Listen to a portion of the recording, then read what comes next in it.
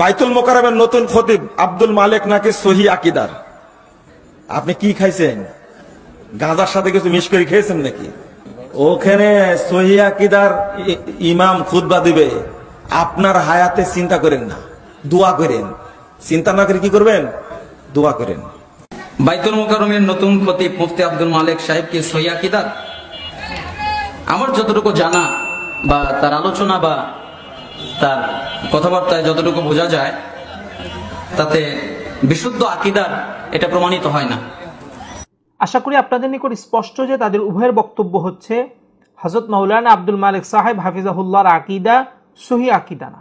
আসুন এবার আমরা একটু আলোচনা করার চেষ্টা করি বর্তমান সালাফি যারা, তাদের আকীদা কতটুকু সহি আকীদা। বর্তমান সালাফিদের একটি প্রসিদ্ধ আকীদা হচ্ছে আল্লাহ তাআলা আরশের উপর আছেন, অথচ দেখুন মুসলিমের হাদিসের মধ্যে এসেছে নবীজি সাল্লাল্লাহু আলাইহি ওয়াসাল্লাম বলেন, আকরাবু মা ইয়াকুনুল আবদু মিন রাব্বিহি ওয়া হুয়া সাজিদুন, বান্দা সিজদা অবস্থায় তার রবের অধিক নিকটবর্তী হয়।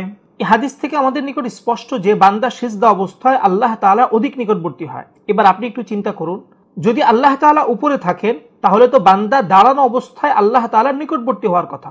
সুতরাং বোঝা যায় এই সহিহ হাদিসটি বর্তমান সালাফি যারা, তাদের আকীদার সুস্পষ্ট বিরোধী।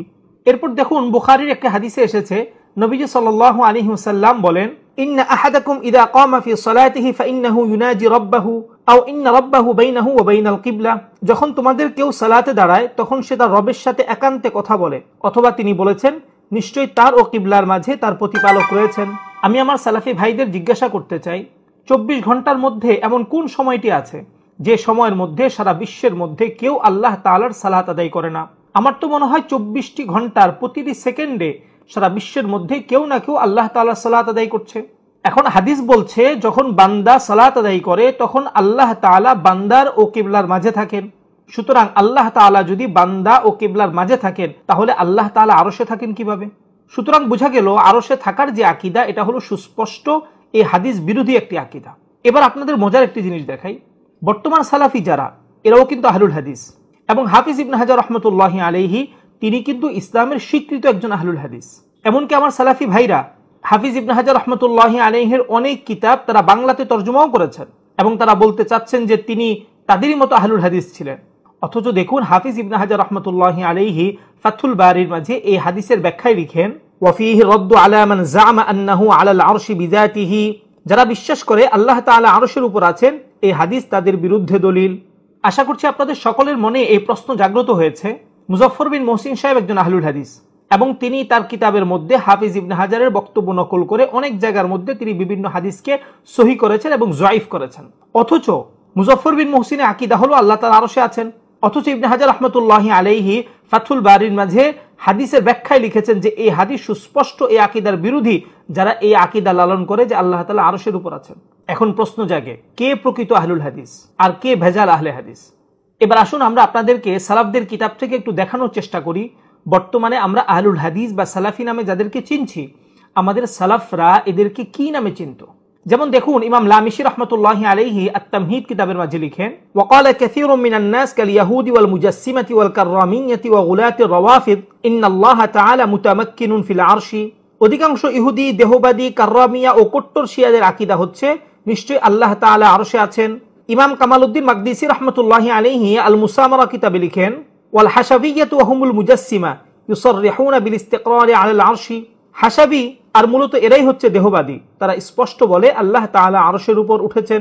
ইমাম ইবনে আসাকির রাহমাতুল্লাহি আলাইহি তাবয়ীনু কাদিবিল মুফতারি কিতাবে লিখেন, ওয়াকালাতিল হাশাবিয়্যাতু ওয়াল মুজাসসিমাতু ইন্নাহু সুবহানাহু হালুন ফিল আরশি, হাশাবি ও দেহবাদীরা বলে আল্লাহ তাআলা আরশের মধ্যে আছেন। ইমাম আবুল বারাকাত আন-নাসাফি রাহমাতুল্লাহি আলাইহি আল-ই'তিমাদ কিতাবে লিখেন, সানিউল আলামি লাইসা বিমুতামাক্কিনিন ফি মাকানিন ওয়া ইন্নাল মুশাব্বিহা ওয়াল মুজাসসিমা ওয়াল কাররামিয়্যাতি মুতামাক্কিনুন আলাল আরশি, বিশ্বজগতের স্রষ্টা কোনো স্থানে নেই, কিন্তু সাদৃশ্যবাদী, দেহবাদী ও কাররামিয়াদের নিকট আল্লাহ তাআলা আরশের উপর আছেন। ইমাম বাবরতি রাহমাতুল্লাহি আলাইহি শারহুল ওয়াসিয়া কিতাবে লিখেন, ওয়া যাহাবাতিল মুশাব্বিহাতু ওয়াল মুজাসসিমাতু ওয়াল কাররামিয়্যাতু ইলা আন্নাহু তাআলা মুতামাক্কিনুন ফিল আরশি, সাদৃশ্যবাদী, দেহবাদী ও কাররামিয়াদের মত বা তাদের আকীদা হচ্ছে আল্লাহ তাআলা আরশের মধ্যে আছেন। আশা করি আপনাদের নিকট স্পষ্ট যে বর্তমান আহলে হাদিস যারা, তারা যে আকীদা লালন করে এই আকীদা মোটেও আহলুল হাদিসদের আকীদা না। বরং এটা ছিল সুস্পষ্ট দেহবাদী এবং ইহুদিদের আকীদা। এজন্যই বর্তমান আহলে হাদিস যারা, এরাও নিজেদের আহলে হাদিস বলে। হাফিজ ইবনে হাজার একজন স্বীকৃত আহলুল হাদিস, অথচ হাফিজ ইবনে হাজারের আকীদা আর বর্তমান আহলুল হাদিসদের আকীদা এক নয়, বরং সুস্পষ্ট ভিন্ন। বর্তমান সালাফিদের আকীদা কতটুকু জঘন্য এর আরেকটি উদাহরণ আপনাদেরকে দেখাই। বর্তমান সালাফিদের শীর্ষ পর্যায়ের একজন ব্যক্তি হলেন শেখ আব্দুর রাজ্জাক বিন ইউসুফ সাহেব। তিনি একটি কিতাব লিখেছেন আকীদার, কে বড় লাভবান। এই কিতাবের মধ্যে শাইখ লিখছেন, অত্র হাদিস দ্বারা প্রমাণিত হয় যে আল্লাহ তাআলা হাসেন, হাসার মতো অঙ্গ প্রত্যঙ্গ তার রয়েছে যা হাসার উপযোগী। শাইখের এই বক্তব্য থেকে স্পষ্ট বোঝা যায় বর্তমান সালাফিদের আকীদা হচ্ছে আল্লাহ তাআলা এমন এক সত্তা যিনি বিভিন্ন অঙ্গ প্রত্যঙ্গ দ্বারা গঠিত। নাউযুবিল্লাহি মিন যালিক। অথচ দেখুন ইসলামের আরেকজন স্বীকৃত আহলুল হাদিস ইমাম কুরতুবী রাহমাতুল্লাহি আলাইহি মুসলিম শরীফের প্রসিদ্ধ ব্যাখ্যা গ্রন্থ আল মুফহিমের মাঝে লিখেন, ওয়াল গালিবু আলাল ইয়াহুদি আন্নাহুম ইয়াতাকিদুন আল জিসমিয়াতা ওয়া আন্না আল্লাহ তাআলা শাখসুন যু জাওয়ারিহা। দেহবাদী বিশ্বাস ইহুদিদের উপর প্রবল এবং ইহুদিরা বিশ্বাস করে আল্লাহ তাআলা এমন এক সত্তা যার বিভিন্ন অঙ্গ প্রত্যঙ্গ রয়েছে। অর্থাৎ আমরা বুঝতে পারলাম আল্লাহ তাআলা বিভিন্ন অঙ্গ প্রত্যঙ্গ দ্বারা গঠিত সত্তা, এটা হলো সুস্পষ্ট ইহুদিদের আকীদা। দুঃখজনক বিষয় হলো ওই আকীদাটাকেই বর্তমানে সহিহ আকীদা এবং সালাফদের আকীদা নামে প্রচার করা হচ্ছে। নাউযুবিল্লাহি মিন যালিক। এবং বলা হচ্ছে এটা হলো আহলুল হাদিসদের আকীদা, হাসরের দিন যাদের ইমাম হবেন নবীজি সাল্লাল্লাহু আলাইহি ওয়াসাল্লাম। এখন আমি আমার আহলে হাদিস ভাইদের প্রশ্ন করতে চাই, আপনাদের আকীদা হাফিজ ইবনে হাজার, ইমাম কুরতুবীর আকীদা এক নয়, সুতরাং নবীজি সাল্লাল্লাহু আলাইহি ওয়াসাল্লাম কার ইমাম হবেন? আপনাদের না হাফিজ ইবনে হাজার এবং ইমাম কুরতুবীর ইমাম হবেন? আল্লাহ তাআলা আমাদেরকে সহিটা বুঝার তৌফিক দান করুক, আমিন।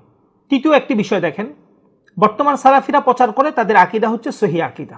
আমি আমার সাধারণ তরুণ সালাফি ভাইদের বলবো যে ভাই আপনারা তো এখনো তরুণ। আমি তাফসিরে বাশারীকে বলবো যে ভাই আপনার দাড়ি তো এখনো পাকেনি। অথচ আপনাদের আকীদার গুরু শেখ আবু বকর জাকারিয়া সাহেব আকীদা নিয়ে গবেষণা করতে করতে দাড়ি পেকে গিয়েছে। দাড়ি পাকার পর যখন তিনি আকীদা নিয়ে কিতাব লেখা শুরু করেছেন, তখন বেচারা শায়েখে কিতাবটি শুরু করেছেন, অর্থাৎ রহমান আরশের উপর উঠেছেন, এই কিতাবটি শুরু করেছেন জয়ীফ হাদিস দিয়ে।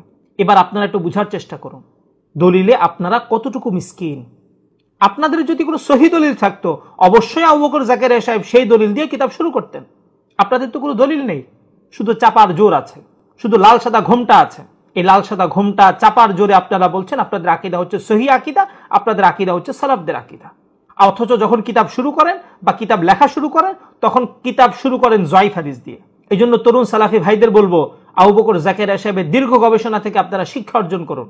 আপনাদের আকীদার পিছনে যদি সহিহ হাদিস থাকতো তাহলে কখনোই আবু বকর জাকারিয়া সাহেব রহমান আরশের উপর উঠেছেন এই কিতাবটা জয়ীফ হাদিস দিয়ে শুরু করতেন না। আপনাদের উদাহরণ দেখাই, যেমন দেখুন ওয়াফাওকাল আরশি রব্বুল আলামিন, আব্দুল্লাহ ইবনে রাওয়াহা রাদিয়াল্লাহু তাআলা আনহু। এই বর্ণনাটি দিয়ে শেখ আবু বকর জাকারিয়া সাহেব রহমান আরশের উপর উঠেছেন এই কিতাবটি শুরু করেছেন। আমরা দেখিয়েছি এই বর্ণনাটি হলো সুস্পষ্ট জয়ীফ একটি বর্ণনা। যারা দেখেছেন আল্লাহ তাআলা তাদেরকে উত্তম জাযা দান করুন, আর যারা দেখেননি তাদের জন্য কমেন্টে আমরা লিঙ্কটা দিয়ে রাখবো, আপনারা দেখবেন এবং দলিল সহ বুঝে নিন যে এই বর্ণনা হলো সুস্পষ্ট একটি জয়ীফ বর্ণনা। দুঃখজনক বিষয় হলো আবু বকর জাকারিয়া সাহেব গবেষণা করতে করতে করতে করতে একটা সহিহ হাদিসও পাইনি, জয়ীফ হাদিস দিয়ে আকীদার কিতাব লেখা শুরু করেছেন। নাউযুবিল্লাহি মিন যালিক। এজন্য তাফসিরে বাশারী সহ তরুণ যারা আছে তাদেরকে বলবো, আর লজ্জা যদি কোনোদিন থাকে, এই আকীদাকে কখনো সহিহ আকীদা বলবেন না। এই আকীদা হচ্ছে সুস্পষ্ট জাল জয়ীফের আকীদা। এই আকীদা হচ্ছে সুস্পষ্ট ইহুদি, দেহবাদী এবং সদৃশ্যবাদী আকীদা। আজকের আলোচনার খোলাসা, বর্তমান সালাফিদের আকীদা হচ্ছে আল্লাহ তাআলা সত্তাগতভাবে আরশে আছেন। এই আকীদা সুস্পষ্ট সহিহ হাদিস বিরোধী আকীদা। 2 নম্বর বিষয় হলো তাদের আকীদা হচ্ছে আল্লাহ তাআলা আরশের উপর আছেন। আমরা সালাফদের কিতাব থেকে দেখিয়েছি এই আকীদা হলো সুস্পষ্ট ইহুদি, দেহবাদী ও সাদৃশ্যবাদীদের আকীদা। 3 নম্বর বিষয় হলো বর্তমান সালাফিদের বিশ্বাস হলো আল্লাহ তাআলা বিভিন্ন অঙ্গ প্রত্যঙ্গ দ্বারা গঠিত, অথচ এই আকীদা সুস্পষ্ট ইহুদিদের আকীদা। 4র্থ বিষয় হলো বর্তমান সালাফিদের দাবি হচ্ছে তাদের আকীদা হচ্ছে সহিহ আকীদা, অথচ তারা দলিলে এতটা মিসকিন যে আবু বকর জাকারিয়া সাহেব জয়ীফ হাদিস দিয়ে কিতাব লেখা শুরু করেছেন। বেচারা সারা জীবন গবেষণা করে সালাফি আকীদার একটা সহিহ হাদিসও পায়নি। সুতরাং এই আকীদাকে মোটেও সহিহ আকীদা এবং এই আকীদাকে মোটেও সালাফদের আকীদা বলার কোনো সুযোগ নাই, বরঞ্চ এই আকীদা হলো দেহবাদী সাদৃশ্যবাদীদের আকীদা এবং এই আকীদা আহলুল হাদিসের আকীদা, একথা বলার কোনো সুযোগ নেই। সাথে সাথে আমি তাফসিরে বাশারী এবং মুজাফফর বিন মুহসিনকে অনুরোধ করব, যখন কোনো ব্যক্তির আকীদা নিয়ে আলোচনা করবেন তখন এত সংক্ষেপে জবাব দেওয়াটা কখনো উচিত না। আকীদার জায়গাটা হলো খুব গুরুত্বপূর্ণ জায়গা। যেমন আজকের আলোচনাতে আমি আপনাদের আকীদা আপনাদের কিতাব থেকে উল্লেখ করেছি, তার সাথে সাথে আপনাদের আকীদা যে গুমরাহি আকীদা সেটাও আমি প্রকৃত আহলুল হাদিস যারা তাদের কিতাব থেকে দেখিয়েছি।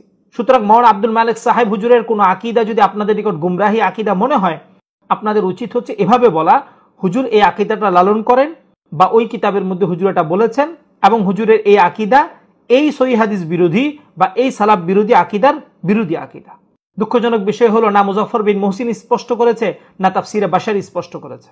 আল্লাহ তাআলা উভয় শায়েখকে সহিহ বুঝ দান করুক এবং তারা যে আকীদাকে সহিহ আকীদা বা সালাফদের আকীদা বিশ্বাস করছেন, এই আকীদাটা যে প্রকৃত ইহুদি ও দেহবাদীদের আকীদা, আল্লাহ তাআলা তাদেরকে এটা বুঝার তৌফিক দান করুক এবং তাদেরকে সহ সকল সালাফি ভাইকে আল্লাহ তাআলা বুঝার তৌফিক দান করুক এবং তাদেরকে এই ইহুদি এবং এই দেহবাদী আকীদা নিয়ে কবরে যাওয়ার পূর্বেই তওবা করে এই আকীদা থেকে ফিরে আসার তৌফিক দান করুক। এবং হাফিজ ইবনে হাজার, ইমাম কুরতুবী, ইমাম নববী যারা ইসলামের স্বীকৃত আহলুল হাদিস ছিলেন, তাদের যে আকীদা, এই আকীদাতে আল্লাহ তাআলা আমার এই সালাফি ভাইদেরকে আসার তৌফিক দান করুক, আমিন। সর্বশেষ বিষয় হচ্ছে, আজকের আলোচনাটি সম্পর্কে যদি আমাদের কারো কোনো আপত্তি থাকে বা মন্তব্য থাকে আমরা কমেন্টে জানাবো, ইনশাআল্লাহ আমরা দলিল ভিত্তিক জবাব দেওয়ার চেষ্টা করব। সাথে সাথে আশা করি আপনারা আলোচনাটি শেয়ার করে দিবেন, যাতে করে বাংলাদেশের প্রতিটি ঘরে ঘরে ইসলামের প্রকৃত সহিহ আকীদা পৌঁছে যায় এবং যারা সহিহ সালাফি নামে ইহুদি দেহবাদী আকীদা সমাজে প্রচার করছে, এদের আকীদা থেকে যেন আমার আপনার মুসলিম ভাই বোন সতর্ক হতে পারেন এবং তারা যেন ইহুদি আকীদা নিয়ে কবরে যাওয়ার পরিবর্তে তারা যেন ইসলামের প্রকৃত সহিহ আকীদা নিয়ে কবরে যেতে পারেন। এটা আমার আপনার দায়িত্ব।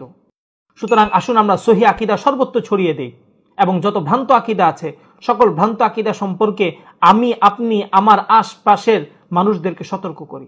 ইনশাআল্লাহ এর জাযা আমিও পাবো, আপনিও পাবেন ইনশাআল্লাহ। আল্লাহ তাআলা আমাদের সকলকে তৌফিক দান করুন, আমিন। ওয়া আখিরু দাওয়ানা আনিল হামদুলিল্লাহি রাব্বিল আলামিন। আসসালামু আলাইকুম ওয়া রাহমাতুল্লাহি ওয়া বারাকাতুহু।